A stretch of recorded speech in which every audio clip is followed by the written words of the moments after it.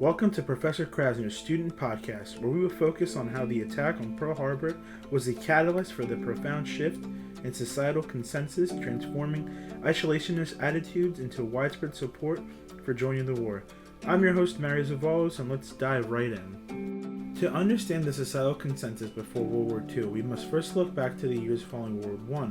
The Treaty of Versailles, signed in 1919, imposed heavy reparations on Germany, leading to economic hardship and political instability throughout the world. The following year, Woodrow Wilson created the 14 Points Principles that would become the foundation to soon-to-be League of Nations. Congress had said that they would not join the League because it was set on focusing on domestic affairs and to prevent further pull into another foreign war. The United States in early 1920s saw a period of isolationism marked by a desire to distance the nation from international conflicts, since the general public thought that entering the war back in 1917 was pointless and had very little impact on the whole matter. On October 24, 1929, the New York Stock Exchange crashed, making it the beginning towards the Great Depression. This would further push the general public and government to turn a blind eye on all international conflicts and matters. As tensions rose in Europe and Asia during the 1930s from the rise of Nazi Germany and Imperial Japan, the United States grappled with conflicting opinions regarding its role on the world stage. The Japanese had begun a hostile expansion of its empire with the Republic of China on July 7, 1937, marking the beginning of the Second Sino-Japanese War. Japan needed more raw materials for its expanding empire, but China didn't have enough, so they began to go towards other territories in Asia like the Philippines, Guam, Midway Island, and Wake Island. In response to the Japanese occupation of these United States territories, they had established an embargo on Japan's oil and gasoline exports on August 1, 1941. On May 12, 1941, the Evening Star in Washington, D.C., a column article was written, its opinion on joining the war effort and what the United States should do. The column named favoring providing maximum tools for Britain, explained that supporting Britain with maximum provisions during the critical months and the United States keeping out of the war would be for the best. By sending their navy in would mean that we would have entered the war, and with the war in Europe spreading rapidly, the troops as well as the people would be too divided. So joining the war would not help Britain nor ourselves. If the United States would send their navy in, it would only be effective if they targeted German planes, boats, and submarines. While setting up multiple foreign naval and air bases across Europe, there was already some Americans who believed that the United States had already entered the war, but there had not been any declaration of any sort. A hypothetical was made that if the war would end tomorrow, it would be necessary for the United States to make peace with Germany. This column article showed that the citizens of the United States seemed to have been divided on whether or not to enter the war effort, even some believing that they already entered.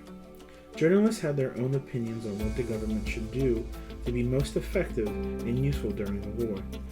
Unlike how the general public felt after the first involvement in World War I, ironically, the United States had entered the war 7 months after that this was written, and with how effective mobilization and quick government response proved that the general public felt the United States military was weaker than it actually appeared to be. Then how the public viewed Germany as a whole and unaccountable for their actions, almost the opposite view of how we perceive modern America. The embargo on Japan led Japanese Admiral Isoroku Yamamoto to devise a plan on immobilizing the U.S. Navy fleet in the Pacific, targeting the base and facilities at Pearl Harbor. The attack on Pearl Harbor on December 7, 1941, was the principal point in being the change in public consensus in joining the war effort. The attack was devastating to the American Pacific Fleet, so much so that it directed the American attention toward Europe and aiding the British in fighting Germany.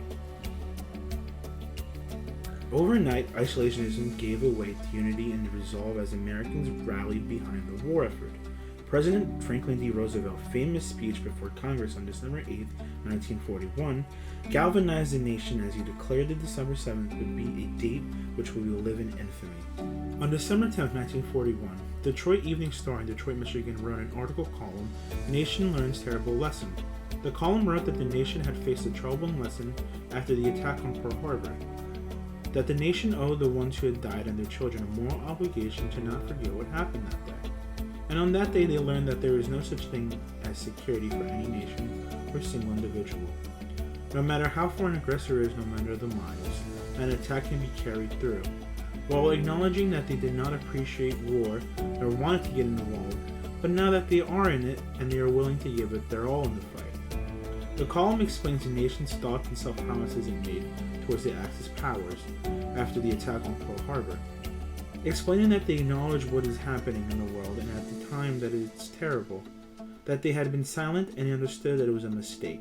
Now they are in the war, so they have to do everything they can to honor the ones who had fallen and show them what they are made of. The attack on Pearl Harbor not only united the American people, but it also mobilized the nation's resources for war. By 1942, the United States was facing challenges of building itself a military force, which prompted the nation's first peacetime military draft back in September of 1940. The United States military had expended nearly 2.2 million personnel that were drawn from across the nation. Around 10 million soldiers were drafted. Most were assigned to the Army, while the rest were dispersed into other branches. Many of the individuals who were drafted needed to pass both physical and psychiatric evaluation tests to then begin training. The war effort demanded significant adjustments on the home front, which led to the transformation of the American economy to be geared towards war production.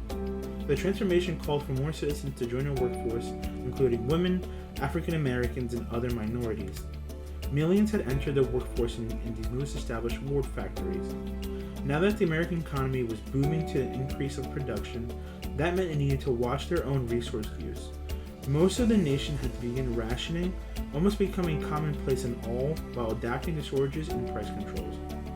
Many Americans rallied together towards the war effort, making sacrifices and volunteering, everyone doing their part to help bring a new sense of nationalism and purpose to the nation. In the post-war era, the memory of Pearl Harbor remained a poignant reminder of the importance of vigilance and preparedness in the face of external threats.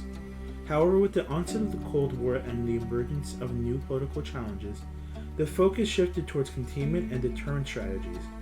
Yet amidst the geopolitical tensions of the Cold War, efforts were made to promote reconciliation and cooperation among former adversaries. The signing of the Treaty of San Francisco on September 8, 1951 formally ended the state of war between Japan and the Allied powers, laying the groundwork for a new era of peace and cooperation in the Asia-Pacific region. And with that, we can see the shifting tides of societal consensuses within the United States, and the change of public opinion on foreign affairs, and how it led America to be more of an interventionist on international issues and stop the spread of communism after World War II. We're slowly shifting away from neutrality to non-belligerency. Join us next time as we continue to explore the events and individuals that shaped our world. I'm Mario Zavalos, signing off.